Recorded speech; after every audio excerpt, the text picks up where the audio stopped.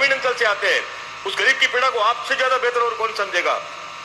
आप उसकी चिंता करिए और सुनिश्चित करिए कि वो उस जगह बैठ करके, यदि बाकी आम लोगों की गाड़ियां वहां पे खड़ी रह सकती है, तो वो व्यक्ति भी अपना ठेला साइड के किनारे लगा करके अपने बच्चों का पेट पाल सके। ये आपको सुनिश्चित करना पड़ेगा। माननीय सभापति महोदय, मैं आपसे ये निवेदन कर रहा था,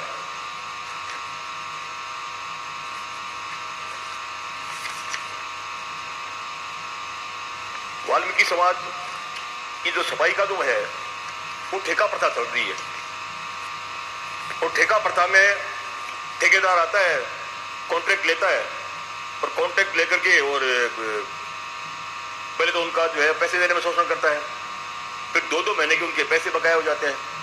संविदा कर्मचारियों के लिए राजस्थान के रूल्स बने हुए हैं, कॉन्ट्रेक्चुअल जो रूल्स बने थे, शायद आपके धारीवाल जी के टाइम पे बने थे। हम क्या कोई ऐसी एजेंसी नहीं बना सकते कि ठेका कर्मचारियों की जो है वो जो टेंडर वगैरह होते हैं उसके बजाय विभागीय स्तर पे कोई सहकारी सोसाइटी बने, या कोई ऐसी कोई संस्था बने जिसमें कलेक्टर जो है उसका चेयरमैन हो, ईओ या कमिश्नर जो है उसका सेक्रेटरी हो, और वो उस कर्मचारी का उसमें जो है उसका जो संविदा पे जो उसको रखने का जो अधिकार है उसके माध्यम से वो आए। उसके माध्यम से आने से उसका जो है पीएफ भी जमा होगा, उसकी एएसआई की कंट्रीब्यूशन भी उसमें जमा होगा, और जो उसका ठेकेदार जो उसका शोषण कर रहा है, आर्थिक शोषण कर रहा है, उसका ठेकेदार पैसा नहीं देता है टाइम पे, 2-2, 3-3 महीने की उसकी जो है वो बकाया रख लेता है, और फिर कब वो अपना पैसा लेकर के भाग जाए ये भी सुनिश्चित नहीं। और मुंह ताकता रह जाता है, ठेकेदार को कहां ढूंढे, ठेकेदार तो उसकी पकड़ में है नहीं। तो क्या राज्य सरकार वैसा विचार रखती है कि कोई कोऑपरेटिव सोसाइटी कोई एक बने, या कोई शहरी आजीविका के नाम से जो है कोई संस्थान बने जिसके माध्यम से उन सफाई कर्मचारियों की और नियुक्ति हो, और नियुक्ति करके और उनका ईएसआई जमा हो, उनका पीएफ भी जमा हो, ताकि उनका शोषण नहीं हो। माननीय सभापति महोदय, वाल्मीकि समाज कई कुरीतियों में फंसा हुआ है, और अधिकतर जब उनके कोई छोटा मोटा कोई कार्य पड़ता है, घर में कोई शादी हो, घर में किसी तरह का कोई प्रोग्राम हो, तो उसको कर्ज लेना पड़ता है। और मैं ये अपनी पीड़ा को इस बात से मैं अनुभूत कर रहा हूं कि स्वयं मैं कई बार इस बात को महसूस करता हूं कि कर्ज के दलदल में वो इस तरह से फंसा रहता है कि इधर जो है उसकी तनख्वाह मिली, और वो कर्ज लेने वाला जो 5 रुपए सैकड़े 10 रुपए सैकड़े लेने वाला जो है वो अपने नगर पालिका और नगर परिषदों के गेट के ऊपर बैठा रहता है। पैसे लेकर बाहर निकला तो वो पैसे घर ले जाने से पहले वो उस सफाई कर्मचारी से पैसे वहीं ले लेता है, और वो आंसू बहा के रह जाता है। क्या कोई वाल्मीकि कल्याण कोष बनाने का विचार रखती है राज्य सरकार? वाल्मीकि कल्याण कोष बने। मैंने सभापति महोदय, मैं माननीय मंत्री से आग्रह करूंगा, वाल्मीकि कल्याण कोष बने, और वाल्मीकि कल्याण कोष के माध्यम से पैसा जो है वो बिना ब्याज का पैसा उसको मिले, उस कोष से उसको पैसा मिले, उस कोष से जो पैसा मिलेगा तो उसका शोषण नहीं होगा। अब माननीय सभापति महोदय, बात रही 20,000 जो सफाई कर्मचारी है उनकी भर्तियों की, ये भर्तियां कैसे सुनिश्चित हो?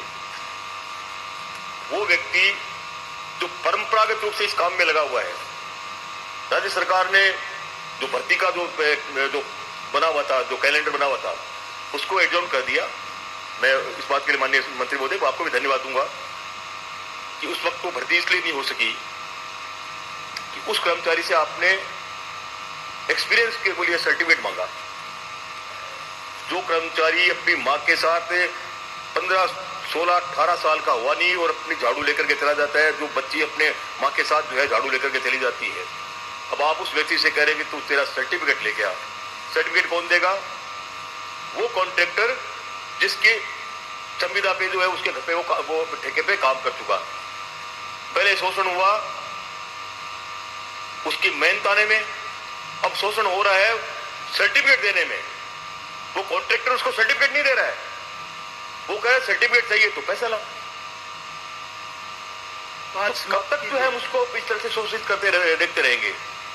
तो माननीय मंत्री महोदय, अपने अधिकारियों से पूछिए, एजी साहब से बात करिए, विधि विशेषज्ञों से बात करिए, बैठ करके जो भी भर्तियां 20,000 की होगी, आप सुनिश्चित करें उन भर्तियों में वाल्मीकि समाज को ही प्राथमिकता मिलेगी। आप उसमें मेरा जो अपना तजुर्बा है, उस तजुर्बे के हिसाब से यदि एक लाइन आप ये भी लिख देंगे, पहली बात तो ये कि आपका जो भी इस बार जो बने उसका क्या प्रोसीजर आप अडॉप्ट करते हैं, उसमें आप ये सुनिश्चित करें कि वाल्मीकि समाज को सर्टिफिकेट की जरूरत नहीं होगी। वो परंपरागत रूप से इस काम को करता हुआ है, इसलिए उसको सर्टिफिकेट की जरूरत नहीं है। और दूसरी बात, प्राथमिकता जो है वाल्मीकि समाज के व्यक्ति को होगी, क्योंकि परंपरागत रूप से वो इस काम को करते आ रहे हैं। वो शोषित परिवार है माननीय सभापति महोदय। उस शोषित परिवार को 20,000 जब नौकरियां का जब सबसे पहले जब इस बात की घोषणा हुई, तो लोगों के घर में रोशनी हुई इस बात की कि हमें भी नौकरी मिलेगी। लेकिन बाद में पता यह चला कि नौकरी के नाम पे तो उनके साथ छलावा हो रहा है। वो लोग जो भर्ती के आपके जो प्रोसीजर बना हुआ है, उस प्रोसीजर के माध्यम से भर्तियां वहां पर होकर के सफाई तो करेगा वो कर्मचारी, वाल्मीकि समाज का कर्मचारी, और जो व्यक्ति वहां पे नौकरी पा गया वो उस वाल्मीकि समाज के कर्मचारी को 5,000 7,000 रुपया दे करके और बाकी की सैलरी लेके वो अपने घर जाएगा। कब तक ये शोषित होते रहेंगे? माननीय सभापति महोदय, मेरी भी एक पीड़ा इसलिए कह रहा हूं आपसे, कोरोना के काल में लोग अपने परिजनों को छोड़ के भाग गए। अस्पतालों में डॉक्टर्स के साथ साथ ये सफाई कर्मचारी के जो लोग थे, जो मल्टीटास्क वर्कर के रूप में काम कर रहे थे, उनका पैसा लेकर के भाग गया ठेकेदार। लेकिन उस मृत व्यक्ति को, जो कोरोना से जो मरा हुआ जो व्यक्ति था, उसको जो है पूरी तरह से पॉलिथीन में लपेट के उसकी बॉडी को घर पे देने वाला वो हरिजन कर्मचारी था। वो उस वाल्मीकि समाज के कर्मचारी का शोषण रुके। मैं आपके माध्यम से माननीय मंत्री महोदय पुनः आपसे आग्रह करूंगा, विनती करूंगा कि लाइन ऐसी डालिए कि इसमें जो भी भर्तियां होगी वो वाल्मीकि समाज की प्राथमिकता होगी। वाल्मीकि समाज यदि नहीं करना चाहता है, माननीय सभापति महोदय, ये तो वाल्मीकि समाज है जो आप पे रहम करके और इससे आपके नगरों को, शहरों को सफाई कर रहा है। माफ कीजिए, जिस दिन भी वाल्मीकि समाज ये तय कर लेगा कि हम इसका बॉयकॉट करते हैं, हम सफाई नहीं करेंगे, उस दिन जो है आपके शहर जो है नर्क बन जाएंगे और रहना मुश्किल हो जाएगा आपका। बहुत बहुत धन्यवाद माननीय सभापति महोदय।